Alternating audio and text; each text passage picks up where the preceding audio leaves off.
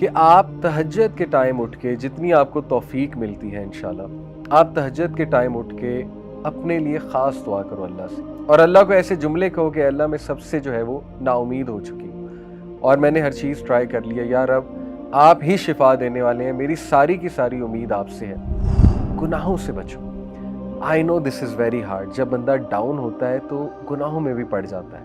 D motivate ہوتا ہے نا، تو بندہ جو ہے ادھر ادھر نکل جاتا ہے، ڈائیورٹ ہو جاتا ہے۔ بس ایک بار ذہن سے نکال دو کہ مجھے کوئی مسئلہ نہیں ہے اور استغفار کرو، اے اللہ میری غلطی ہے، میری غلطی ہے، استغفر اللہ توب الیہ، استغفر اللہ توب الیہ، کیونکہ نبی صلی اللہ علیہ وسلم نے فرمایا جو کثرت استغفار کرتا ہے اللہ تعالیٰ اس کے لیے ریلیف ضرور نکالتا ہے اور اسے وہاں سے دیتا ہے کہ اس کا گمان بھی نہیں جاتا۔ جب تم پہ شدید ڈی موٹیویشن، مایوسی اور غم حاوی ہوگا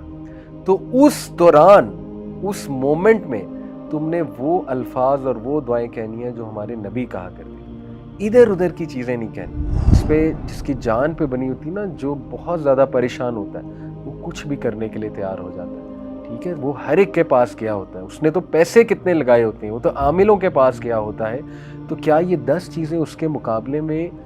کوئی بہت لمبی لسٹ ہے؟ میں تو نہیں سمجھتا۔ انشاءاللہ یہ 10 چیزیں کی جا سکتی ہیں، تو ان 10 چیزوں کو ٹرائی کریں۔ پچھلے دنوں ایک واقعہ پڑھا میں نے جو میں سب کے ساتھ شیئر کرنا چاہتا ہوں فار ایوری ونز بینیفٹ۔ اس میں دیکھیں کوئی دوسری رائے نہیں کہ آج کل بہت مشکل ٹائم چل رہا ہے، ملک کی بات کی جائے تو اس حوالے سے ملکی حالات کی بات کی جائے، مہنگائی کی بات کی جائے، یا اوور آل سٹریسز کی بات کی جائے، اوور آل لائف کافی سٹریسفل ہو گئی ہے بیکاز آف ویریس فیکٹرز، اور سوالات بھی بہت اس پہ آتے ہیں۔ کچھ لوگ گھریلو حالات کی وجہ سے پریشان ہیں، کچھ لوگ فیملی ایشوز کی وجہ سے پریشان ہیں، کچھ لوگ اولاد کے کچھ ایشوز کی وجہ سے پریشان ہیں، کچھ لوگ بے اولادی سے پریشان ہیں، کچھ لوگ جو ہے وہ ان امپلائمنٹ سے پریشان ہیں، اسی طرح کچھ لوگ جو ہے وہ ہارٹ بریک سے پریشان ہیں، کسی کو کوئی چیز نہیں ملی، ریجیکشن ہو گئی ہے لائف میں، اس حوالے سے پریشان ہیں، کچھ بزنس ایشوز کے حوالے سے پریشان ہیں۔ تو یس، پریشانی تو آپ کو پتہ ہے کسی نہ کسی شکل میں آتی رہتی ہے زندگی میں، اور زندگی میں ups and downs they are part of life. But یہ واقعہ بڑا امیزنگ ہے، واقعہ ہے ایک سسٹر کا، انہوں نے خود یہ واقعہ سنایا اور میں نے ایک جگہ پڑھا تو میں نے کہا سب کے ساتھ فائدے کے لیے انشاءاللہ ضرور شیئر کروں۔ یہ واقعہ وہ سسٹر خود سناتی ہیں کہ ان پر بہت سخت قسم کا کالا جادو ہوا، سحر، بلیک میجک، جس کی وجہ سے ان کی صحت بہت ڈاؤن رہتی تھی اور ان کا رشتہ نہیں ہو رہا تھا۔ مطلب کافی زیادہ رشتے آتے تھے، لیکن جب رشتہ پکا ہونے والا ہوتا تھا تو ایک دم سے جو ہے وہ رشتہ بریک ہو جاتا تھا فار نو ریزن، اور شی سیڈ کہ میں بالکل تھک گئی، اور یہاں تک کہ ان کے ذہن میں آنے لگا کہ میرے ساتھ یہ کیوں ہوا، یعنی میں نے کبھی کسی کے ساتھ کچھ برا نہیں کیا ایویڈنٹلی، تو اللہ تعالیٰ کیسے الاؤ کر رہے ہیں اس ساری چیز کو، یعنی ان کے ذہن میں وسوسے بھی آنے لگ گئے اس کے حوالے سے۔ دیکھیں آئی نو کہ کبھی کبھی ہم بہت زیادہ سپرسٹیشیس بھی ہو جاتے ہیں چیزوں کو لے کے کہ جادو ہو گیا، ہر چیز پہ کہتے ہیں بندش ہو گیا، لیکن یہ میں آپ کو ایک ایسا واقعہ سنا رہا ہوں جہاں ایک جینون کیس ہے۔ دیکھیں جادو کا کمپلیٹ انکار بھی تو نہیں کرنا چاہیے نا، تو یہ ایک جینون کیس ہے سحر کا، اور وہ سسٹر خود بتاتی ہیں اپنا واقعہ۔ بہرحال ہیلتھ ایشوز اور پھر دوسرا یہ والا جو چکر چل رہا ہے، شی سیڈ کہ میں نے بہت میڈیسنز کھائیں، سائیکیٹرسٹ کے پاس بھی گئی، کاؤنسلنگز کروائیں کئی بار، یعنی دنیا کا ہر وہ علاج جو پاسبل تھا وہ میں نے ٹرائی کر لیا، ایون میں نے رقیہ بہت بار کروایا۔ رقیہ کہتے ہیں اسپریچول علاج ہے ایک، جس میں دم کیا جاتا ہے، اوتھینٹک دم ہوتا ہے، قرآنی سورز ہیں کچھ اور نبوی دعائیں ہیں وہ پڑھی جاتی ہیں، تو انہوں نے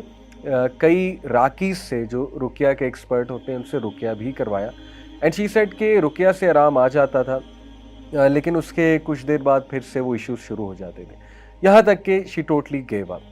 پھر کسی نے بس ان کو بتایا کہ آپ بس میرے کہنے پہ ایک اسکالر سے ضرور مشورہ کر لیجئے۔ شی سیڈ کہ میں ایک اسکالر کے پاس گئی جو مجھے ریفر کیے گئے، اور ان سے میں نے مسئلہ بیان کیا اور انہیں ساری ہسٹری بتائی کہ اس طرح میں ٹرائی کر چکی ہوں۔ ان اسکالر نے کہا کہ بیٹا آپ میرے کہنے پہ یہ 10 چیزیں ٹرائی کرو، ہر چیز آپ نے ٹرائی کر ہی لی ہے تو چلو یہ 10 چیزیں ٹرائی کرنے میں کوئی حرج نہیں ہے، لیکن آپ نے مجھے پرومس کرنا ہے کہ آپ یہ 10 چیزیں کرو گی، اور during while you are doing that تو ہو سکتا ہے آپ کو بہت ڈی موٹیویشن آئے، بہت ڈاؤٹ آئے، لیکن آپ نے صبر کرنا ہے اور آپ نے جمے رہنا ہے انشاءاللہ، اور آپ نے کچھ بھی کر کے ان چیزوں پہ عمل کرنا ہے۔